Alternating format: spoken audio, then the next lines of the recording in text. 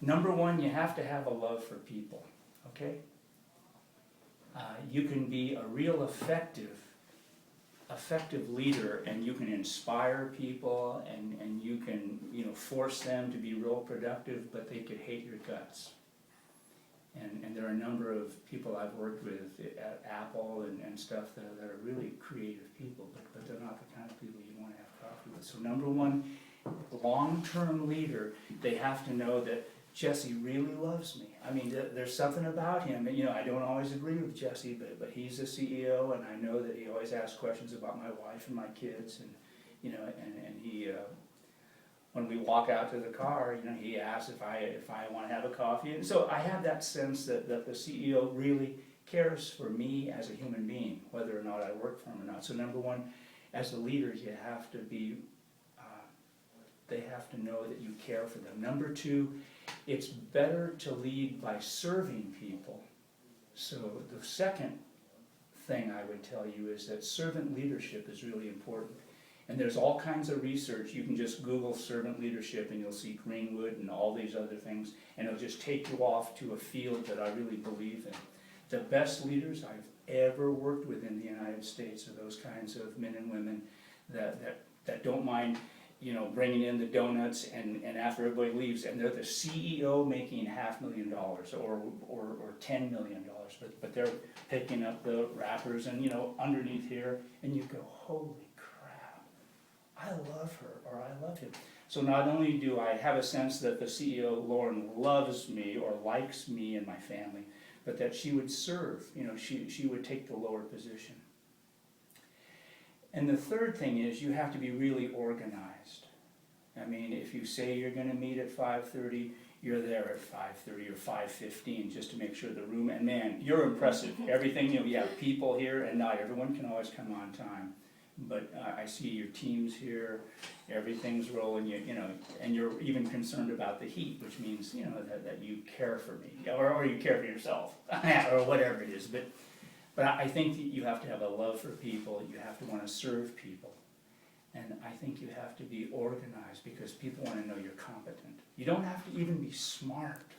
It's really weird, some of the most creative, innovative, successful people in high tech are not always smart, but they're wild. And that's why I always hang out with people that are really on fire, really passionate, really wild, the kind that, you know, you sort of go, well, I don't want to be with him or her every day, but it's sort of fun. And so those are the three things I think would make you a good leader. And there are other things. I really see, and the research is in the last 3 years, really in the last 2 years has been showing this, that the cell phone, and I have an iPhone and I love it. I would kill someone if they try to take it away from me. But the cell phone might be the number one thing that is making this generation, your generation, and people younger, much more narcissistic, much more self-centered. And not that we're bad, okay? We're not bad people, but the technology, there's this old saying that we shape the tools and then the tools shape us. And we're seeing in the psychological research in terms of dysfunction, depression, anger, alienation, all this stuff, that is starting to be rooted in these things.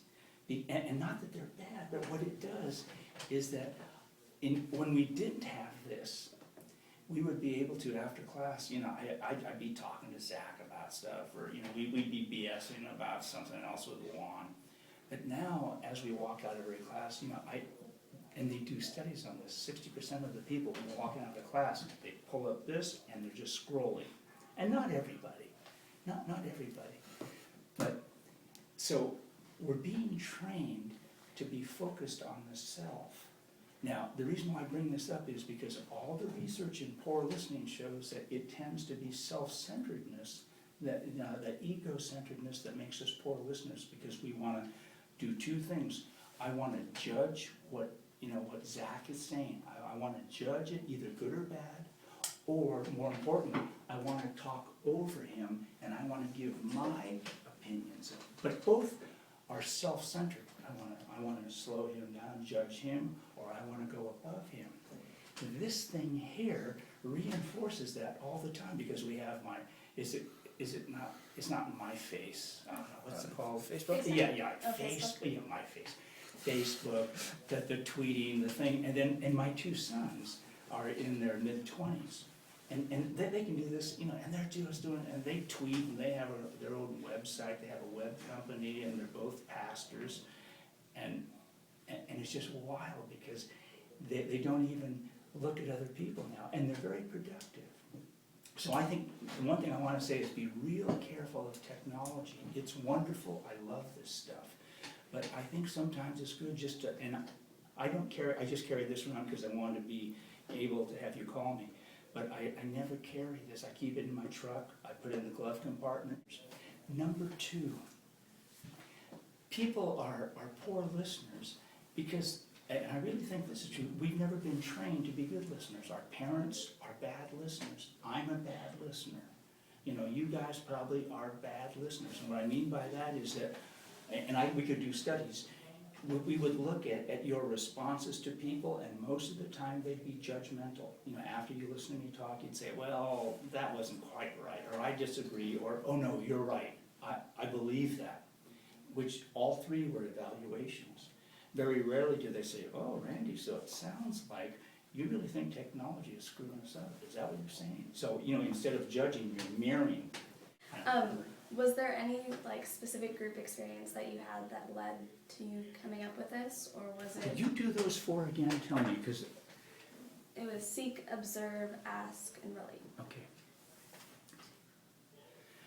The seek is the most important, and there are, I have probably 10 stories that talk about connecting with other people. But most of the time we don't connect with other people because we don't take the first step. And so on the S of SOAR, I want to talk mostly about taking the first step.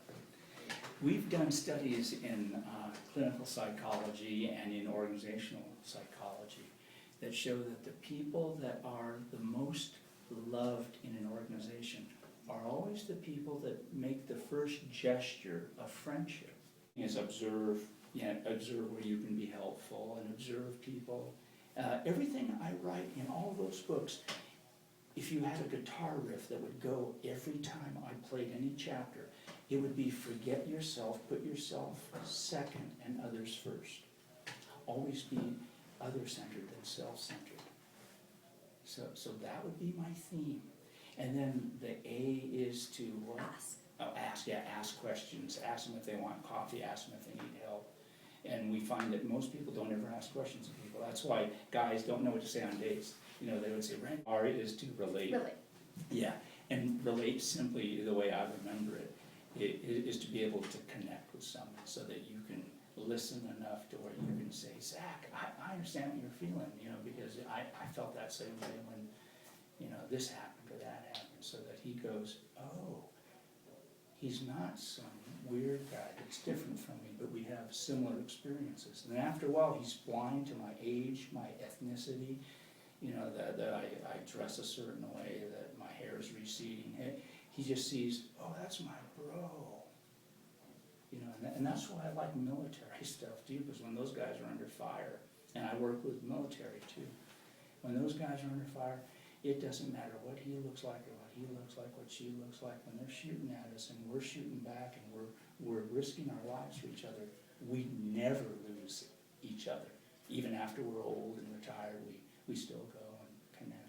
But that's that relating. And I'm sure in the book I have big words or whatever my editors do. But the whole notion of chapter 4, the whole book is put yourself second, others first.